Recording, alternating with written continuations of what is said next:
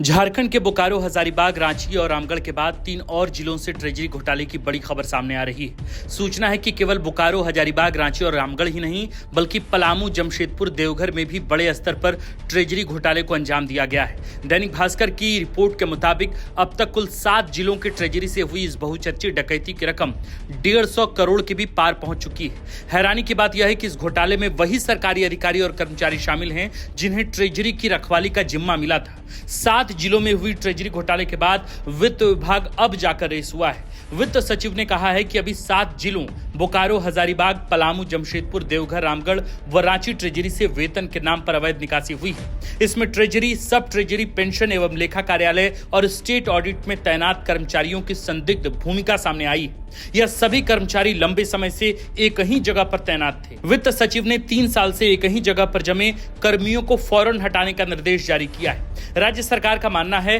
कि 3 साल से एक ही जगह पर जमे सरकारी कर्मियों को हटाने से पुराने सिंडिकेट की कड़ियां बिखरेंगी और घोटाले की असली रकम का खुलासा हो पाएगा। बहरहाल इतना समझ गए तो यह भी समझिए कि किन किन जिलों से कितने पैसों का घोटाला हुआ है।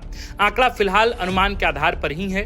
हजारीबाग ट्रेजरी से अनुमानित 50 से 70 करोड़ की अवैध निकासी हुई है।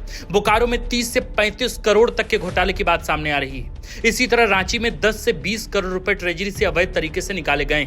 जमशेदपुर में 5 से 10 करोड़, देवघर में 3 से 5 करोड़, रामगढ़ में भी 3 से 5 करोड़ और पलामू में भी 3 से लगभग 4 या 5 करोड़ तक के घोटाले की संभावना है। अभी सत्यापित आंकड़े पूरी तरीके से सामने नहीं आए हैं।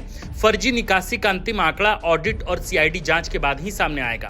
जानकारी मिल रही है कि घोटाले की रकम वसूली के लिए सरकार दोषियों की संपत्ति अटैच करने जैसा बड़ा कदम उठा सकती है। भविष्य में कुबेर पोर्टल से इसी तरह फर्जी आईडी बनाकर पैसे की अवैध निकासी ना हो सके, इसके लिए संभवतः सॉफ्टवेयर में भी बड़े बदलाव किए जा सकते हैं। बताते चलें कि सीएम हेमंत सोरेन ने हजारीबाग और बोकारो थाने में दर्ज केस को सीआईडी को ट्रांसफर करने का आदेश दिया है। मामले की विस्तृत जांच के लिए उत्पाद विभाग के प्रधान सचिव अमिताभ कौशल की अध्यक्षता में 8 सदस्यीय उच्च स्तरीय टीम बनाई गई।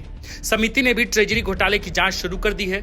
पर सवाल है कि जब अधिकारियों और सरकारी कर्मचारियों पर इतनी बड़ी जवाबदेही हो और वही सरकारी रखवाला हम आम आदमी के टैक्स का पैसा बपौती संपत्ति समझकर अय्याशी पर उतारू हो जाए, तो फिर काहे का बुआ राज और फिर काहे का बुआ सरकार। यकीन मानिए 25 सालों के हमारे जवान झारखंड की पहचान अब लूट खसूट खंड की हो चली है, जहां आलमगीर आलम भी घोटाले के आरोप में जेल जाता है और जहां अधिकारी भी सरकार की ट्रेजरी से पैसों की खुलेआम डकैती करता है। अभी तो 7 जिलों से ट्रेजरी घोटाले की खबर है। क्या पता सभी जिलों से ट्रेजरी से ऐसी ही डकैती हुई।